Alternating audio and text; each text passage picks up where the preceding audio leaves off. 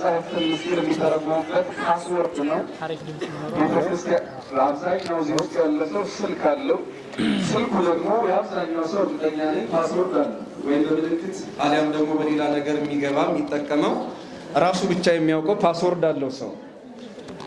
ቅኔ ማለት ወይም ግዕዝ ለቤተ ክርስቲያኒቱ በሯ ነው፣ ፓስወርዷ ነው። ማንም በዚህ በግዕዝ ካልሆነ በስተቀር እንዲሁ ቢገባ በመስኮት የገባ ነው ሊሆን የሚችለው። በመስኮት የገባ ደግሞ ሌባ ነው። ቤተ ክርስቲያኒቱ የኔ የምትለው በሯ ቅዱሳት መጻሕፍቷን የያዘችበት የጠበቀችበት ትልቁ ነገር ይሄው የቅኔ ወይም የግዕዝ ቋንቋችን ነው እና ነቢዩ ኤርምያስ አለ ወደ ስደት ሲሄድ አደራ ብሎ የኢየሩሳሌምን የቤተ መቅደሱን ንዋያተ ቅድሳት አወፍዮ ለፀሐይ ብሎት መምህሩ መልአኩ ማለት ነው በመሬት ውስጥ ነበር የቀበረው። አደራ ብሎ የቤተ መቅደሱን ቁሳቁስ ማለት ነው ንዋያተ ቅድሳቱን። ግዕዝ ደግሞ በሌላ መልኩ ዓለም ላይ የጠፋ አንድ መጽሐፍ ነበረ፣ መጽሐፈ ሄኖክ ይባላል። ሌሎችም መጻሕፍት ጠፍተዋል። ነገር ግን በዋናነት ድፍን ዓለም የሚመሰክረውን ለመናገር ያህል ነው። መጽሐፈ ሄኖክ ደግሞ ከዓለም ጠፍቶ የተገኘው በግዕዝ ቋንቋ ተጽፎ ነው። ክርስቲያኖች ይሄ በኋላ ቁምራን የሚባል ዋሻ ላይ የተጻፈው ሲገኝ አንድ እረኛ አግኝቶት ማለት ነው የኢትዮጵያ ቋንቋ የኢትዮጵያ ሊቃውንት ምን ያህል እውነቱን ከጥንት ይዘው ጠብቀው እንደተገኙ እንደነበሩ አሁንም እንዳሉ የሚያሳየው ይሄ ምስክርነት ነውና ግዕዝ ቋንቋን የምስጢራት ባንክ ይሉታል ሌሎቹ። የምስጢራት ባንክ ማለት ሌላው በብዙ ነገር ተፋልሶ ሲገጥመው ቤተክርስቲያናችን የያዘችው የተጠቀመችው ይሄ ቋንቋ ግን ምስጢራትን በመያዝ በመጠበቅ ደግሞም ታሪክን በመያዝ በመጠበቅ ባህልን በመያዝ በመጠበቅ አቻ የሌለው ሀብታችን ግዕዝ ቋንቋችን ነው ማለት ነው። እስኪ በዚህ ቋንቋ ለተመረቁ ሊቃውንት እግዚአብሔርን አመስግኑላቸው። እንግዲህ የኔታ ጌዲዮን ዛሬ የመጀመሪያውን ጌዲዮን ይመስሉኛል በመጽሐፍ ያለው ማለት ነው። ያ ጌዲዮንን ብዙ ምዕመናን ምናልባት ጌዲዮን የሚባል እግዚአብሔር ያስነሳው አንድ መስፍን ነበረ እና ምድያማውያን የሚባሉ ህዝቦች ወይም በምድያም ሀገር የሚኖሩ ህዝቦች እስራኤልን ያስጨንቁ ነበረ በብዙ ነገር እና እግዚአብሔር ኃይል ሲሰጠው ካደረጋቸው ነገሮች አንዱ 300 ቀበሮዎችን መሰብሰብ ነበረ። ስንት አልኳችሁ? 300 ቀበሮዎችን ሰብስቦ ሁለቱን እያሰረ ችቦ እያደረገ በ300 ቀበሮዎች ላይ ችቦውን ካደረገ በኋላ እሳት ለኮሰውና ወደ ጠላት ከተማ ላካቸው። ያ ቀበሮ እርስ በርሱ የከተማውን ኃይል ማለት የእስራኤልን ጠላት እንዳጠፋ እንደደመሰሰ ይነገራል። እንግዲህ ያ ሰዎችን ነው። እናንተ ደግሞ በዚህ ዕለት በየኔታ ጌዲዮን በኩል ማለት ነው የገለባ እሳት አይደለ የቅኔ እሳት የምስጢርን እሳት ይዛችሁ ብዙ የምታጠፉት የድንቁርና ከተማ አለ፣ ያለማወቅ ከተማ አለ እና አሁን እናንተ ላይ የተለኮሰው የቅኔ እሳት ብዙ ነገሮችን ያጠፋል። ብዙ ባህላዊ የማይጠቅሙ ነገሮቻችን ሁሉ ያጠፋል። አሁን በዚህ ሰዓት የማንዘረዝራቸው ነገሮች አሉ። የያዛችሁት እውቀት የተሸከማችሁት እውቀት እናንተ ላይ የተለኮሰው ችቦ ሲነድ ሲበራ ሲቃጠል ይብራህ ብርሃንክሙ በቅድመ ሰብእ እነሆ ብርሃናችሁ በሰው ፊት ይብራ የተባለውን ነገር የምትገልጡ ትሆናላችሁ ማለት ነው። በሌላ መልኩ በጣም ሲገርመኝ ነበረ። እንዲያውም ሂደቱን ሲያሳያችሁ በተለይ ምዕመናን በደንብ እየሰማችሁ ከነበረ ከማይኩ አንጻር ካልተሰማችሁ የቅኔ ሙያ ሲያሰሙን ነበረ። የቅኔ ሙያ ምናልባት እኔ በገባኝ እስካሁን ባለኝ እውቀት ቋንቋ ሆኖ ሙያ ያለው የግዕዝ ቋንቋ ብቻ ነው ሙያ የሚባል ነገር ያለው። አስታውሳለሁ 90ዎቹ ውስጥ እኛም ያስኳላ ትምህርት ለመጀመር 97 98 አካባቢ ስንገባ አንድ ጓደኛዬ ነበረና በሬዲዮ እንግሊዝ ፎር ኢትዮጵያ የሚል ነበርና እንግሊዝ ፎር ኢትዮጵያ ሲል እጁን አውጥቶ መምህሯን ፎር ሙያዋ ምንድነው ብሎ ሲጠይቅ እሷም ያለችው ምንም ሌላ እሷ እንግዲህ እንደዘ እንደለ እንደ ምናምን እንደዚህ እዚህ ግዕዝ ውስጥ እንዳለው መስሎት መሰለኝ ሲያስበው እንግሊዝ እሺ ይታወቃል ኢትዮጵያም ይታወቃል ፎር ምንድነው ብሎ ሲያስበው አልመጣለት አለ እና ፎርሙላዋ ምንድነው ብሎ ሲጠይቅ በቃ ፕሪፖዚሽን ነው ሌላ ነገር የለውም አለችው። እዚህ ግን እያንዳንዷ ቃል እያንዳንዷ ሐረግ ይሄ ለምን መጣ ይሄ ምንድነው በእርግጥ በኔታ ትርጓሜ ደግሞ ትግሬ ለሚባል አለ ማዳመቂያ ሆኖ የሚገባ እሱም ያለው ማለት ነው። ትግሬ ለማለት በራሱ የሆነ ማዳመቂያ ነው። ምናልባት እኔ ራሱ የግዕዝ ጠባይ እንዳላረገው ንግግሬን የግዕዝ ቋንቋ ብቸኛው እያንዳንዱን ቃላት እያንዳንዱን ሐረፍተ ነገር በትኖ ያለሙያው የሚገባ ቃል እንዳይኖር እጅግ በረቀቀ ሁኔታ ቋንቋ ያበለጸገ አሁን ላሉ ቃላት አሁን ላሉ ዘመናዊ ቃላት አቻ ይፈለግ ሲባል እንኳን የሚመጣው ከግዕዝ ውጭ ሌላ አይደለም። ለምሳሌ ብዙ ሰዎች ዩኒቨርሲቲ ይማራሉና ዩኒቨርሲቲን ምን እንበለው ሲባል ታውቁታላችሁ መቼም ከግዕዝ ውጭ አማራጭ ቋንቋ እንኳን የለውም። መካነ አእምሮ ነው የሚሉት። ባንክ አሁን ብዙ ጊዜ እኛ እንደ አማርኛ ነው የምንወስደው የሌላ ቃል ነው። ቤተ ንዋይ ብለው ነው የሚተረው።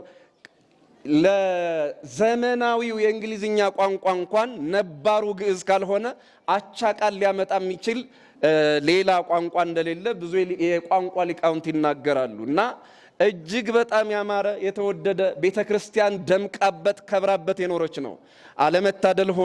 አለመታደል ሆኖ ብዙ ኢትዮጵያውያን ይሄንን እያከበር ነው አይደለም። በተለይ አሁን ያው እንግዲህ ወንዝ የማያሻግር ግን የሚገርማችሁ እኛ ወንዝ ባንሻገርበትም ወንዝ ተሻግረው የተማሩ በጣም ብዙዎች አሉ። እኔ ከማውቀው እንኳን ልጀምር። ለምሳሌ እኛ አዲስ አበባ በአታ ታይካ ነገስት የሚባል ስፍራ አለ። ምናልባት ለማታውቁት እዚያ እየተማርን ቅድስት ሥላሴ መንፈሳዊ ኮሌጅ እንሄድ ነበረ። እንዲሁ ዕውቀት ለመቀየር ቴዎሎጂው ደግሞ በዚህ ጉዳይ ምን ይላል የሚሉ ሐሳቦችን ለማንሳት እና እኛ ከአብነት ትምህርት ወደ ቴዎሎጂ እየሄድን ስንጠይቅ አንዲት ፈረንጅ ነበረች እና እኔ መሰለኝ ልትማር ቅድስት ሥላሴ የመጣች ነበር ይመስለኝ። በኋላ እየተደጋገመ ሲሄድ ለካ ልታስተምር የመጣች ሴት ናት ፈረንጇ። ቴዎሎጂ ልታስተምር ልታስተምር መጣች ስላችሁ ይሄ ነገረ ሥላሴ ታሪክ ምናምን እንደዛ እንዳይመስላችሁ። የግዕዝ መምህር ሆና ተቀጥራ 2003 2004 አካባቢ ምናልባት እዚህ ውስጥ ያን የሚያውቅ ሰው ካለ ምስክር ሊሆን ይችላል። ስሟን አውቀው ነበር ጠፋኝ። እና ግዕዝ ከጀርመን ሀገር ልታስተምር የመጣች ሴት አዲስ አበባ ኢትዮጵያ። በጣም ነው የሚገርመኝ። እና በኋላ ትንሽ ቆይታ እንግዲህ የኮሌጁ አስተዳዳሪዎች አፍረው ይሁን በቃሽን ብለዋት ብቻ አባረዋታል። በኋላ ሳይ ለምን መሰላችሁ እኛ እንደዋዛ የምናየው ሌላው ዓለም እንደዋዛ አያየው። እኛ ግዕዝ ማለት እስካሁን ድረስ አብዛኛው ሰው የሚያስበው ለጸሎት፣ ለሰዓታት፣ ለማህሌት፣ ለቅዳሴ፣ ለምናምን ብቻ ነው። በፍጹም እንደዛ አይደለም። እጅግ በጣም በርካታ ጥበብና ዕውቀትም የመላበት እጅግ በጣም አስደናቂ ነገሮችም የካበቱበት ሀብት አለ ከተባለ ግዕዝን ሊተካ የሚችል ቋንቋ እንደሌለ ብዙ እኔ አይደለሁም ሌሎች ጸሐፊዎች አጥኚዎች ተናግረዋል። እና አሁን የጀርመን ሰዎች ግዕዝ ላይ ትኩረት አድርገው የሚገርማችሁ በጣም የሚደንቃችሁ በተለይ ጀርመኖቹ ሌሎችም ሊጨምር ይችል ይሆናል እኔ ያየሁትን ለመናገር ያህል የአፍሪካ ጥናት የሚባል አላቸው። ኢትዮጵያ እንደምታውቁት አፍሪካ ምድር ላይ የአፍሪካ ቀንድ ላይ የምትገኝ ሀገር ናት። አፍሪካ ካሉ ይበቃል። ለብቻዋ ግን አፍሪካ ሌላውን አፍሪካ ብለው ከጀመሉ በኋላ ኢትዮጵያን ለብቻ ነው የሚያጠኗት። አፍሪካ ብለው እንኳን አይተውትም። እና በጣም የሚደንቀኝ ቅኝ ገዢዎች አፍሪካን ሲቀራመቱ ባገኙት አጋጣሚ ሁሉ የሰው ባሪያ ነበር የሚወስዱ። የምን ባሪያ አልኳችሁ? የሰው ባሪያ ነበር የሚወስዱት ቅኝ ገዢዎች ወደ አህጉራችን ሲመጡ። ለምሳሌ ቅርብ ጊዜ የተደረገ ጥናት ከ12 ሚሊዮን በላይ ባሪያዎች ወደ ውጭ ሀገር ሄደዋል። ጉልበቱን ነበር የሚወስዱት ነጮቹ ማለት ነው። ኢትዮጵያ ላይ ግን ቅኝ መግዛት ሳይችሉ ሲቀሩ ባገኟት አጋጣሚ ወደ ሀገራችን ከመጡ የሰው ባሪያ ይዘው አልሄዱ፣ የከብትም ይዘው አልሄዱ፣ ምንም ይዘው ተሄዱ የለም። ከሰው አንጻር ከኢትዮጵያ የወሰዱት ምንድነው ከተባለ ክርስቲያኖች እንደሌላው የአፍሪካ ሀገር ሰው አልወሰዱም፣ ወይም ደግሞ የመሬቱን ሀብት ብቻ አይደለም የወሰዱት። ከኢትዮጵያ ጭነው የወሰዱት በትንሹ የሚገመተው በትንሹ የታየው 30,000 የሚደርስ የግዕዝ መጻሕፍቶቻችንን ነው። አያችሁት? ከሌላው ዓለም የሰው ጉልበት ነው የተወሰደው፣ ከኢትዮጵያ ግን የተወሰደው የግዕዝ መጻሕፍቶቻችን ናቸው። ከሰው ባሪያ ይልቅ ከሰው ጉልበት ይልቅ በመሬት ውስጥ ካገኙት ማዕድን ይልቅ በግዕዝ ቋንቋ ውስጥ ያለው ሀብት ይበልጣል ብለው ማለት ነው። ታዲያ ፈረንጅ የግዕዝ መጻሕፍትን ጭኖ የወሰደ ማህሌት ሊቆም አይደለም፣ ሰዓታት ሊቆም አይደለም፣ እንዳሁኑ እንኳን ቅኔ ሊያቀርብ አይደለም።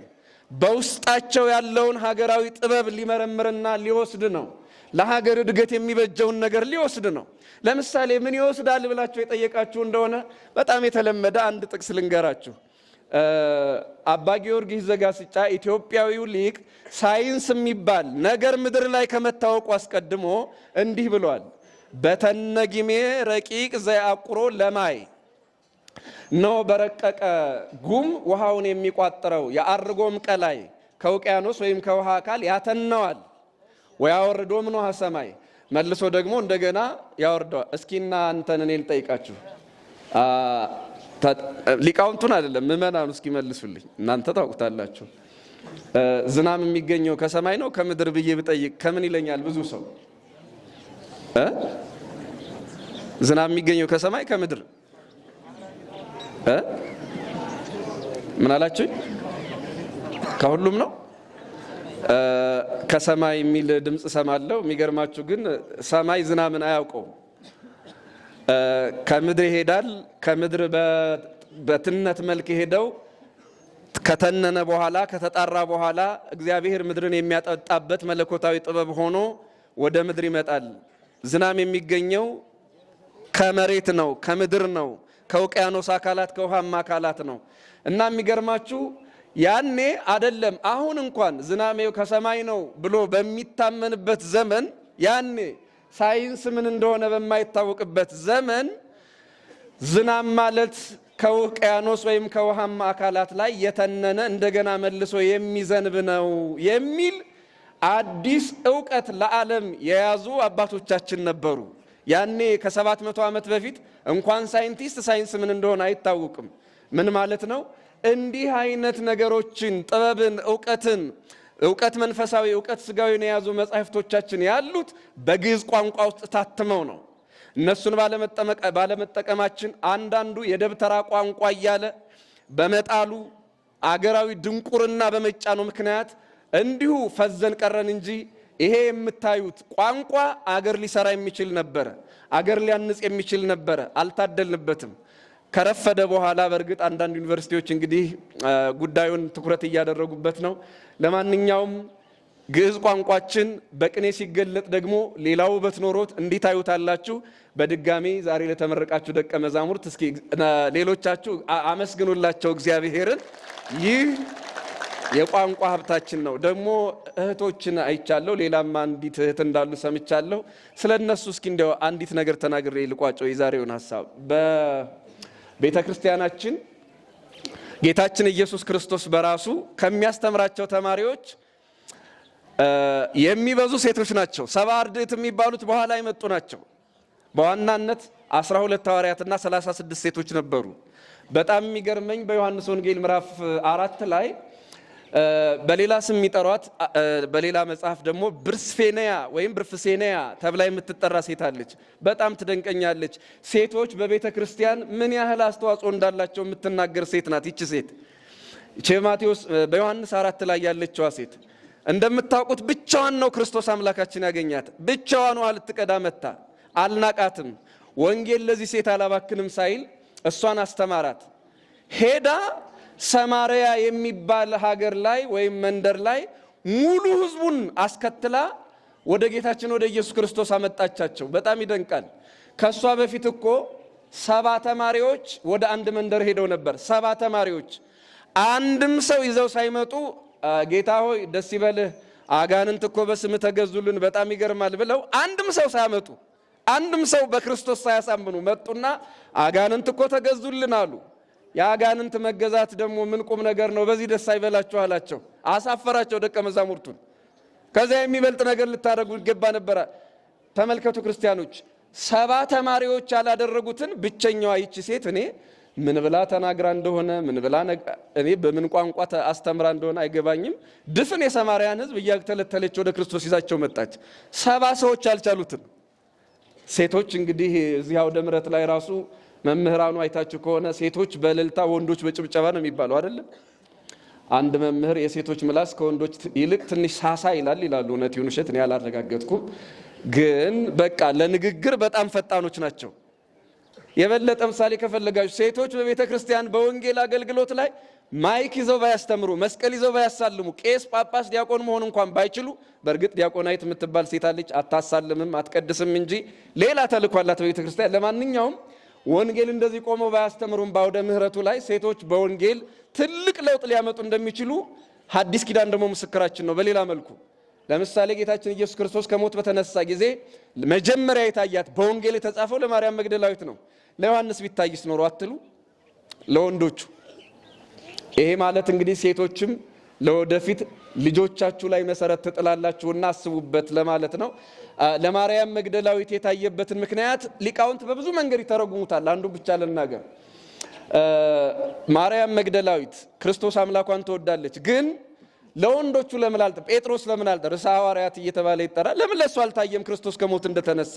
ለዮሐንስ ወልደ ነጎድጓድ 70 ዘመን ላለቀሰው ለምን አልታየም? ለማቴዎስ ለሉቃስ ለምን አልታየም? የሚለውን ሲናገሩ እንዲህ ነው መልሱ ባጭሩ።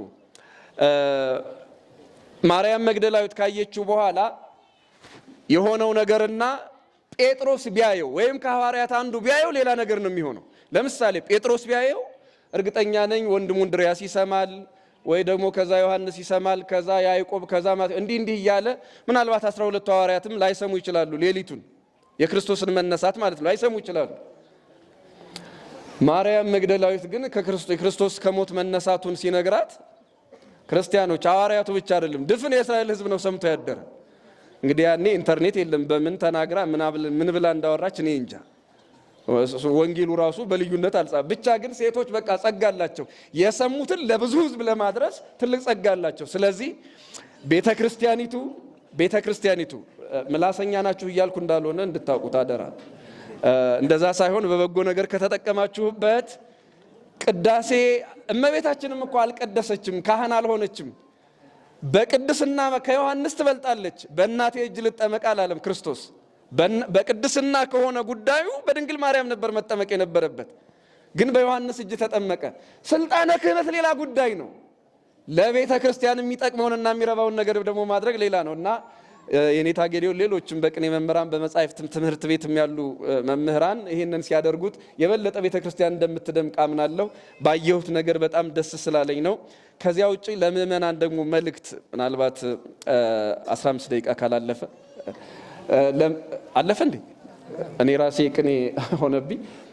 ምእመናን ለእናንተ ደግሞ መልእክቱ ምንድን ነው? ምናልባት ሰልችታችሁ ካልሄዳችሁ እየታያችሁኝ ነው ከጀርባ ልጆቻችሁ የአዲስ አበባን ምሳሌ መስዬ ለመናገር ያህል አዲስ አበባ 2 አብያተ ክርስቲያናት አሉ። ምናልባት የምታውቋቸውም ሊሆን ይችላል። እንጦጦ ማርያምና እንጦጦ ራጉኤል ሁለቱ ጎረቤቶች ናቸው። እንጦጦ ተራራ ላይ እንጦጦ ማርያምና እንጦጦ ራጉኤል ይባላሉ እና በድንበር ይጣሉ ነበረ። በምን አልኳችሁ? በድንበር ማለት ከዚህ እስከዚህ ያለው የኔ ስፍራ ነው፣ የለም ከዚህ እስከዚህ ያለው የኔ ቦታ ነው እየተባባሉ እና ታሪኩን አሳጥሬ ስነግራችሁ እንዴት የክርስቶስ አንዲት ቤተ ክርስቲያን በድንበር በሰው ይጣላሉ? ይሄኛው ለኔ ነው መስጠት አስራት በኩራት መስጠት ያለ የለም፣ ይሄኛው ሕዝብ ከዚህ እስከዚህ ያለው የኔ ነው በመባባል እንዴት እንከፋፈላለን ብለው ሁለቱ አለቆች ተነጋገሩ። የእንጦጦ ራጉኤሉ አለቃ ጸሐፌ ትእዛዝ ገብረ ሥላሴ ይባላሉ። የመጀመሪያው በአጼ ምኒልክ የተሰራው ቤተ ክርስቲያን የመጀመሪያው አለቃ ናቸው። የጽህፈት ሚኒስትርም ነበሩ። ሚኒስቴር ማለት ነው። የጽህፈት ሚኒስትር መስሪያ ቤቱ ሚኒስቴር ነበሩ፣ ሚኒስትር ናቸው እና ታላላቅ የሀገር ሽማግሌዎችን አመጡና በሉ የእንጦጦ ማርያምንና የእንጦጦ ራጉኤልን ድንበር ለዩልን። ከዚህ እስከዚህ ያለው መንደር ለኛ፣ ከዚህ እስከዚህ ያለው መንደር ደግሞ ለእንጦጦ ማርያም ይሁን፣ ይሄን ለዩልን አሏቸው። ትልልቅ የሀገር ሽማግሌዎችን አምጥተው የእንጦጦ ማርያም አለቃ ደግሞ መላከ ፀሐይ አፈወርቅ ይባላሉ። ከ7 ዓመት ያልበለጡ ያላነሱ ከ15 ዓመት ያልበለጡ ሕፃናትን ሰብስበው አመጡና የኔ ሽማግሌዎች እነዚህ ሕፃናቱ ናቸው አሉ። የእንጦጦ ራጉኤሎቹ ሽማግሌዎች በጣም ተበሳጭተው ቀኝና ግራ ለይተው የአገልጋዩን መጠን አውቀው የሚፈርዱ ሽማግሌዎችን ማምጣት ሲገባህ እንዴት ግራና ቀኝ የማይለዩ ሕፃናትን ሰብስበህ የኔ ሽማግሌዎች እነዚህ ናቸው ትላለህ? በጣም ነውር ነው ብለው በመላከ ፀሐይ አፈወርቅ በእንጦጦ ማርያም አለቃ ተበሳጩባቸው።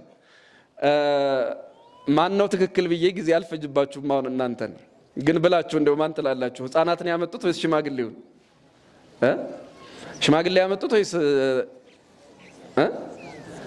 ሕፃን ለሽምግልና ይሆናል? ሽምግልና በሕፃንና እሺ፣ ክርክሩ ብዙ ሰዓት እንዳይወስድብን፣ ለማንኛውም ግን ሕፃናትን ያላችሁት በ10 ምናምን ዓመታቸው ልጅ ኢያሱ ቤተ መንግስት ገብተው ነበረ። ልጅ ኢያሱ አልቻሉም። ብዙ አማካሪዎቻቸውን የአባቴ ሰንጋዎች ናቸው እናንተ፣ አጼ ምኒልክ ያደለባቸው ድልቦች ናቸው፣ እኔ እናንተን አልፈልግም እያሉ ኖረው ከቤተ መንግስት ሲባረሩ ስልጣን በደንብ መያዝ አልችል ብለው በኋላ በአፋር በረሃ ምናምን ሆነው የኢትዮጵያ ሕዝቦች ልጅነትን እግዚአብሔር ይማርሽ በልልኝ ብለዋል። ሕፃንነት ብቻውን ምንም ጥቅም የለውም ለማለት ነው። ሕፃናት ያላችሁት ማን ነው ትክክል ያላችሁ እንደሆነ ሁለቱም ናቸው። መላከ ፀሐይ አፈወርቅ እጅ አወጡና አትውቀሱኝ፣ እኔ ሕፃናትን ያመጣሁ በእንጦጦ ራጉኤል በኩል ትልልቅ ሽማግሌዎች አሉ። ሽማግሌዎች ሲናገሩ እንዲሰሙ ልጆችን ይዤ መጥቻለሁ። ሽማግሌዎች ሲናገሩ ምን እንዲሉ እንዲሰሙ፣ አንድ ሁለተኛ ደግሞ ድንበር ሲለዩ እንዲያዩ፣ የጆሮም የዓይንም ምስክር እንዲሆኑልኝ፣ አሊያማ አሮጌው ድንበር ላይ አዲስ ጠብ ይፈጠራል ነገ አሉ። አሮጌው ድንበር ላይ አዲስ ጠብ፣ ሽማግሌዎች ከሞቱ በኋላ ሽማግሌዎች ካለቁ በኋላ ምስክር የሆነ ሰው እንዳይጠፋ አባቶች ያስቀመጡትን ድንበር አባቶች የተናገሩትን ንግግር የሚወርስልኝ አደራ ተረካቢ እፈልጋለሁ ብዬ ነው ልጅ ያመጣሁ አሉ። ስለዚህ ሽማግሌዎች ሲናገሩ ልጆች መስማት አለባቸው። ሁለቱም ትክክል ናቸው ማለት ነው።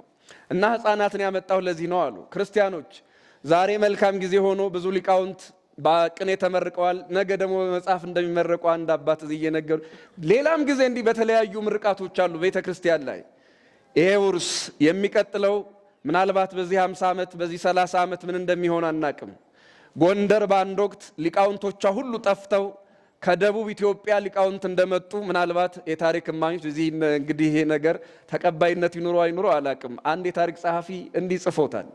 እዚህ ምድር ላይ ሊቃውንት ጠፍተው ነበር። መቼ? በግራኝ አህመድ ጊዜ አጼ ሰርጸ ድንግል እንደገና ጎንደርን ጎንደር ያደረጓት ከደቡብ ሊቅ መጥቶ ነው። እዚህ ሀገር ይሄ ታሪክ ተቀባይነት ኖሮ ይሆን አላቅም። እንግዲህ በኢትዮጵያ ታሪክ ተጽፎ አይቼዋለሁ። ምን ማለት ነው? አቤት እሺ፣ ተቃውሞ ነው። እሺ እንግዲህ ሌላ ከሆነ ቆይ ሌላው ይቆየ። ምን ማለት ነው? አዎ ትክክል ነው። አጼ ሰርጸ ድንግል ናቸው። ምናልባት አንዳንድ ታሪክ እንዲህ በየደጁ ይተረካል ይባላል እና ለዚያ ብዬ ነው እዚያ ድምፅ የሰማሁት። ለማንኛውም ግን ምን ልላችሁ ነው፣ ክፉ ቀን የማያመጣው ነገር የለም። አሁን ደግሞ ደቡብ ኢትዮጵያን ያያችሁ እንደሆነ ብዙ ሊቃውንት ወደዚያ ነው አይደለ መሸሻው። አሁን ግን አሁን ባለን ሁኔታ ምናልባት እንደዚህ የቅኔ ሊቃውንት እየጎረፉ የመጻሕፍት ሊቃውንት እየጎረፉ የአቋቋም ሊቃውንት የዜማ ሊቃውንት እየጎረፉ መቀጠሉ አሳሳቢ ይመስለኛል። ዳሩ ተፈቷል፣ መሃሉ ብቻ ነው የቀረው።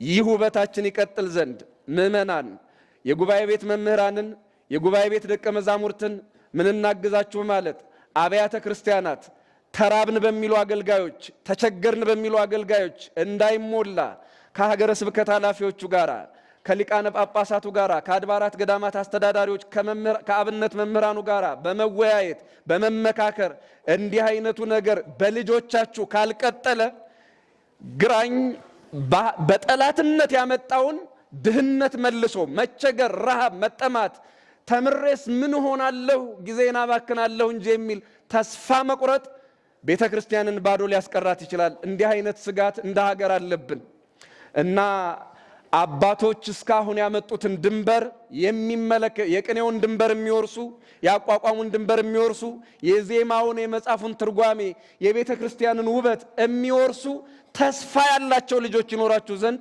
ድንበራችሁን አስጠብቁ። ድንበር ማለት የመሬቱ ድንበር አይደለም። የትምህርት ድንበራችሁን ልጆቻችሁ የወቁት ይውረሱት ለማለት ነው። እግዚአብሔር ሊቃውንትን ያብዛልን። ስብሐት ለእግዚአብሔር።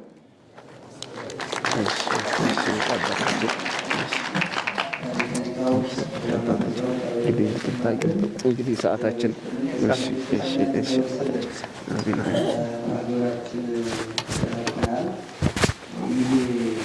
እነዚህ ሊቃውንት ዛሬ በዚህ መውጣታቸው አንዱ ከብዙዎች አንዱ በዋናነት በተለይ እጩ መምህራን ሲሆኑ ምግብ ያስፈልጋሉና አቆመላይ ይዘው እንደድሮ የሰፈሩ የመውረደ ሰርከር ውስጥ እንዲኖራቸው እና እራት ማለት ነው እንዲኖራቸው ማህበረ ቅዱሳን ለጉባኤ ቤቶቻችን ህልውና እግዚአብሔር በታች ማህበረ ቅዱሳን ታውቃላችሁ አይደል? አታውቁም? እሺ